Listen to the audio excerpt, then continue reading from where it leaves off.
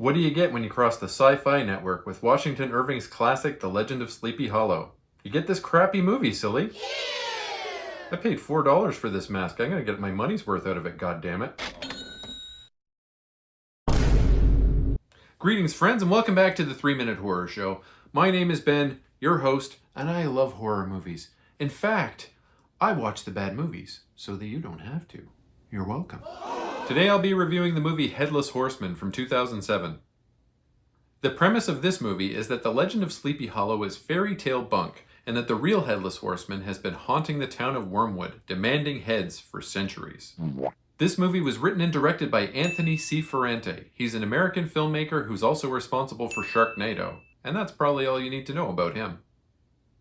This is another Sci-Fi Network TV movie, like Goblin or Kraken Tentacles of the Deep, only this one was filmed in Romania, not Canada. I love these crappy movies, and you all seem to as well, so here's another steaming pile for you to enjoy. Headless Horseman is streaming here in Canada on Hoopla, Plex, and Tubi. We open on some Civil War soldiers holed up in the woods somewhere. They're looking for the enemy, and one young fellow goes out to do some recon. He finds a scarecrow with a pumpkin on its head.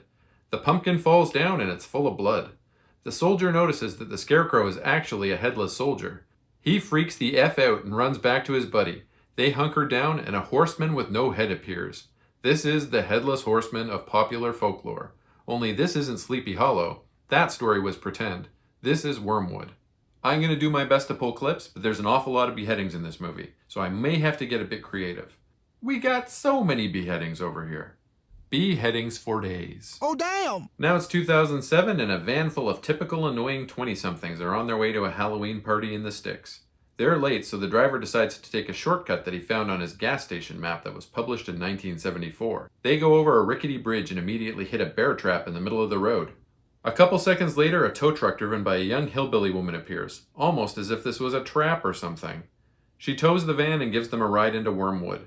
Wormwood is like one of those towns from Deliverance. It's unpleasant, the people are weird, and it looks like there's been lots of inbreeding going on. The tow truck girl delivers the van to her father. He's creepy and kinda reminds me of a dollar store Bill Moseley.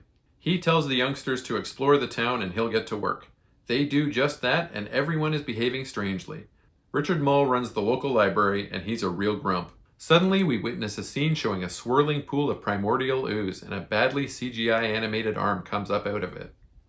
Do you know how many Headless Horseman movies there are out there in addition to this juicy turd? We have The Headless Horseman from 1922. We have The Headless Horseman from 1934. We have Curse of the Headless Horseman from 1972. We have The Night of the Headless Horseman from 1999. And just plain Headless Horseman from 2022. And that doesn't even count the myriad Sleepy Hollow movies. You right! While most of the group is having an altercation with the local youth, who steal their phones at gunpoint, the driver and his girlfriend head back to the auto shop. It's locked up, so dude goes around looking in the junkyard. He finds a box of cell phones, and then he gets his fingers cut off by a sickle wielded by the Headless Horseman. The horseman manages to behead this kid using a car trunk, and that's head number 1 for his head collection. Apparently, this horse guy collects heads one at a time, throwing them into the swirling puddle, and as that happens, his head slowly grows back. So that's what he does. He collects heads. He isn't allowed to collect the heads of the people that live in Wormwood. They're all his relatives. Hundreds of years of inbreeding. Yikes. If he doesn't collect a bunch of heads every 7 years on Halloween, he'll end up going back to hell and taking the entire town of his relatives with him. This is ridiculous. Where are the police? These kids will need to survive the night so they can send these creeps away for good.